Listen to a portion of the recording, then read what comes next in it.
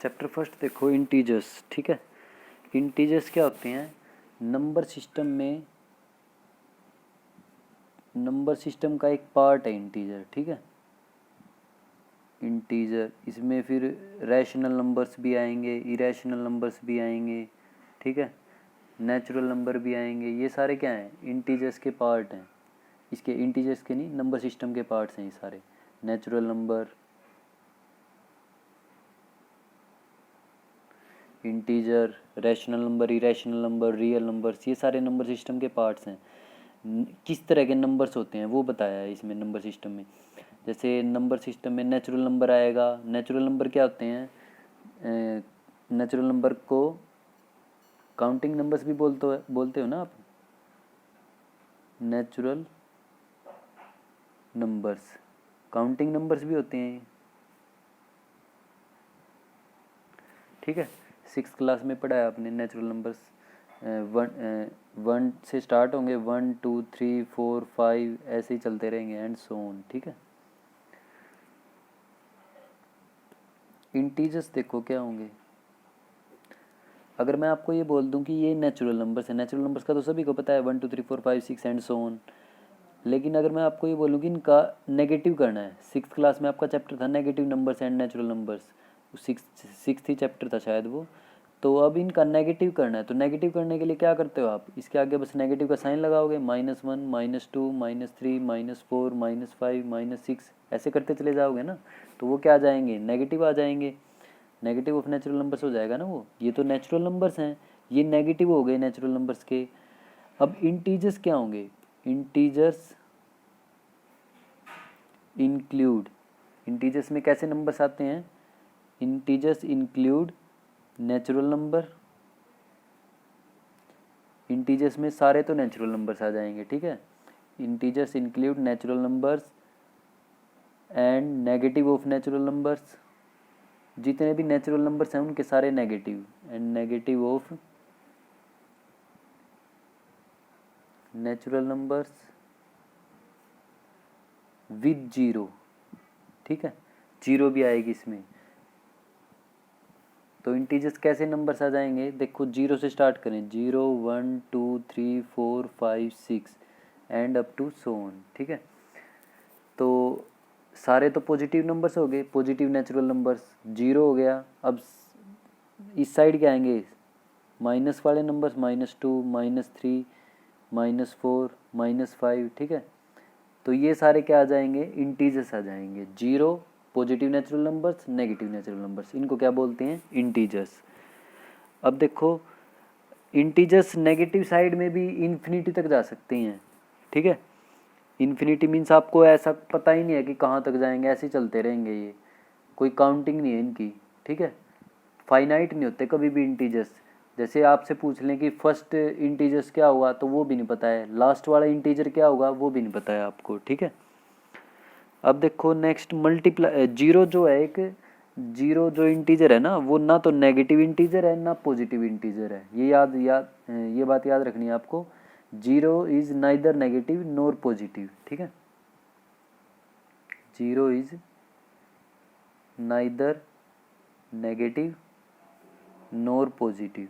ठीक है, जीरो एक ऐसा इंटीजर है, ना तो वो नेगेटिव है ना पॉजिटिव है। अब ये तो पता है आपको, सारे नेगेटिव इंटीजर्स हैं, ये सारे पॉजिटिव इंटीजर्स हैं। लेकिन जीरो एक ऐसा नंबर है जो ना तो नेगेटिव इंटीजर है ना पॉजिटिव इंटीजर है। ठीक है, न्यूट्रल है बिल्कुल। अब देखो, मल्टीप्लिकेशन कैसे करेंगे इंटीजर्स की? रूल्स देखो मल्टीप्लाई करने के। मल्टीप्लिकेशन ऑफ इंटीजर्स, इंटीजर्स की मल्टीप्लाई कैसे होगी? मल्टीप्लाई देखो, नॉर्मल नंबर की तो मल्टीप्लाई पता है आपको। जैसे मैं ये बोल दूं कि 4 की मल्टीप्लाई करो आप 5 के साथ, क्या आ जाएगा आपको पता है? 4 5 जा 20। लेकिन इंटीजर्स की मल्टीप्लाई कैसे होगी? क्योंकि इंटीजर्स में तो साइन आ जाएंगे ना।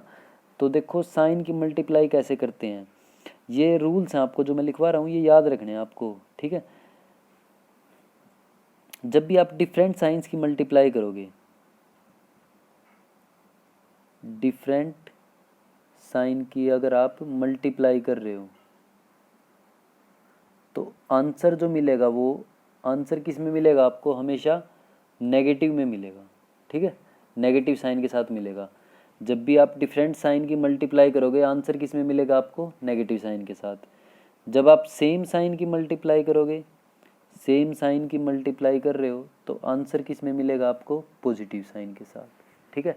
एग्जांपल देखो, जैसे आपने -4 की मल्टीप्लाई की 5 के साथ, ये एक नेगेटिव नंबर है, ठीक है, ये पॉजिटिव नंबर है। अगर कुछ भी नहीं लगा हुआ ना किसी नंबर के साथ तो इसका मीनिंग क्या है कि वो कैसा नंबर है, पॉजिटिव नंबर। तो ये नेगेटिव नंबर, ये पॉजिटिव नंबर, इन दोनों के साइन डिफरेंट हो गए, ये माइनस में है, ये प्लस में है, तो डिफरेंट साइन में क्या आंसर आता है, हमेशा नेगेटिव। तो आप पहले से माइनस लगा दोगे कि आंसर माइनस में आएगा। अब 5 की 4 के साथ मल्टीप्लाई 20, ठीक है। अब सेम साइन की मल्टीप्लाई देखो, -4 की मल्टीप्लाई करनी है -5 के साथ, तो ये माइनस है, ये भी माइनस है, सेम साइन हो गए। तो सेम साइन में क्या आंसर आएगा आपका, प्लस। प्लस के साइन को आप लगाओ या ना लगाओ, आपकी मर्जी है वो, ठीक है। तो माइनस की माइनस से मल्टीप्लाई करोगे आंसर किस में मिलेगा, प्लस में, क्योंकि सेम साइन है ना दोनों, ये भी माइनस ये भी माइनस। तो 5 की 4 के साथ multiply 20।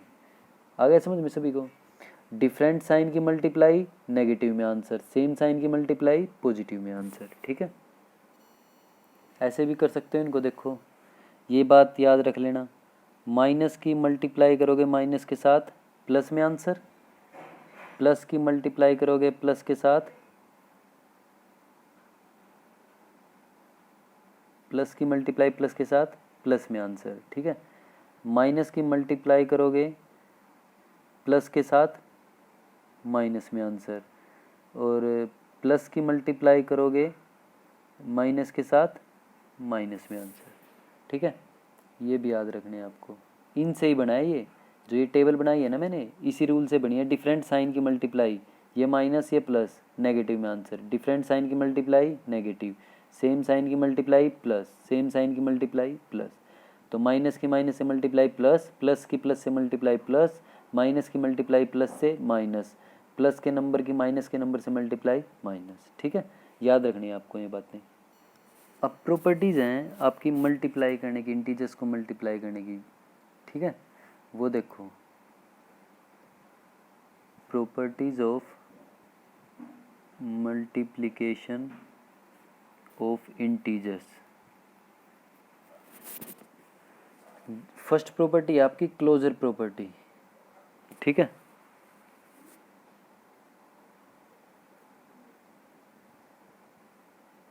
Closure property, closure property में क्या होगा, आपको दो इंटीजर्स गिवन है, जैसे आपको एक तो इंटीजर दे दिया 4 और एक दे दिया -5, ठीक है। ये दो इंटीजर्स हैं, ये पॉजिटिव इंटीजर, ये नेगेटिव इंटीजर। अगर आपके पास दो इंटीजर हैं, आप उनकी मल्टीप्लाई करो, क्योंकि मल्टीप्लिकेशन की प्रॉपर्टी पढ़ रहे हैं आप, इसलिए अगर आपके पास दो इंटीजर हैं उनकी मल्टीप्लाई करोगे तो हमेशा आपको आंसर क्या मिलेगा, एक इंटीजर मिलेगा। मल्टीप्लाई करके देखो, 4 की मल्टीप्लाई -5 से क्या आएगी, प्लस का नंबर है, ये माइनस का नंबर, तो डिफरेंट साइन है तो आंसर माइनस में। 4 की 5 के साथ मल्टीप्लाई 20, -20, ये भी क्या है, integer, which is an integer, ठीक है। तो क्लोजर प्रॉपर्टी क्या बता रही है आपको, अगर आपके पास दो इंटीजर हैं आप उनकी मल्टीप्लाई करोगे तो आंसर हमेशा आपको एक इंटीजर मिलेगा, ठीक है। दो इंटीजर उनकी मल्टीप्लाई इंटीजर, ये क्लोजर प्रॉपर्टी है, ठीक है। नेक्स्ट देखो कम्यूटेटिव प्रॉपर्टी। कम्यूटेटिव प्रॉपर्टी में क्या है, अगर आपके पास दो इंटीजर हैं, जैसे ये एग्जांपल ले लें या दूसरा लेके चलो, 2 -2 एंड 3, ठीक है, -2 एंड 3, ये दो इंटीजर हैं आपके पास, तो आप -2 की 3 के साथ मल्टीप्लाई कर लो या 3 की -2 के साथ मल्टीप्लाई कर लो, आपको आंसर सेम मिलेगा। कम्यूटेटिव प्रॉपर्टी में क्या होता है, आपके पास अगर दो इंटीजर हैं तो या तो आप -2 की 3 के साथ मल्टीप्लाई कर लो या 3 की -2 के साथ, इनकी पोजीशन चेंज कर दी है ना, पहले -2 था यहाँ 3 आ गया, यहाँ 3 था यहाँ -2 आ गया, तो उल्टा कर दिया, बस -2 की 3 के साथ करो या 3 की -2 के साथ करो, आंसर सेम मिलेगा आपको। ये माइनस है ये प्लस है तो आंसर माइनस में, माइनस की प्लस के साथ मल्टीप्लाई माइनस आएगी ना, डिफरेंट साइन है, 3 2 जा 6। अब यहाँ भी प्लस है ये माइनस है तो प्लस के नंबर की माइनस के नंबर के साथ मल्टीप्लाई माइनस, 3 2 जा 6, तो ये भी -6 ये भी -6, सेम ही आंसर आया। तो ये आपकी कम्यूटेटिव प्रॉपर्टी है, ठीक है। तो क्लोजर और कम्यूटेटिव दोनों क्लियर है ना प्रॉपर्टी। अगर क्लोजर प्रॉपर्टी में क्या था, अगर आपके पास दो इंटीजर हैं उनकी मल्टीप्लाई करोगे तो आंसर हमेशा आपको एक इंटीजर मिलेगा। कम्यूटेटिव प्रॉपर्टी में क्या है, अगर आपके पास दो इंटीजर हैं आप उनकी पोजीशन चेंज करके मल्टीप्लाई करो आंसर सेम मिलेगा। -2 की 3 के साथ मल्टीप्लाई कर लो या 3 की -2 के साथ मल्टीप्लाई कर लो, हमेशा आपको सेम आंसर मिलेगा। ठीक है, ये कम्यूटेटिव प्रॉपर्टी होगी। जितना भी आज मैंने आपको करवाया है वो सब आप कंसेप्ट नोटबुक में करोगे। ठीक है, ये जो बेसिक करवा रहा हूँ ना मैं चैप्टर का, फर्स्ट चैप्टर का, ये आप कंसेप्ट नोटबुक में करोगे और फेयर नोटबुक में सिर्फ एक्सरसाइज करनी है आपको। ठीक है, और इनकी प्रैक्टिस करनी है सभी बच्चों को। -2 की 3 के साथ मल्टीप्लाई, डिफरेंट साइंस की मल्टीप्लाई की, -6 को 3 के साथ मल्टीप्लाई करेंगे क्या आएगा, 8 की 9 के साथ मल्टीप्लाई क्या आएगी, 3 की -6 के साथ मल्टीप्लाई क्या आएगी, -6 की 3 के साथ क्या आएगी। ऐसे क्वेश्चंस की प्रैक्टिस करोगे आप। ठीक है, खुद से स्टेटमेंट लिखोगे और कंसेप्ट नोटबुक में ही प्रैक्टिस करके देखोगे उनकी।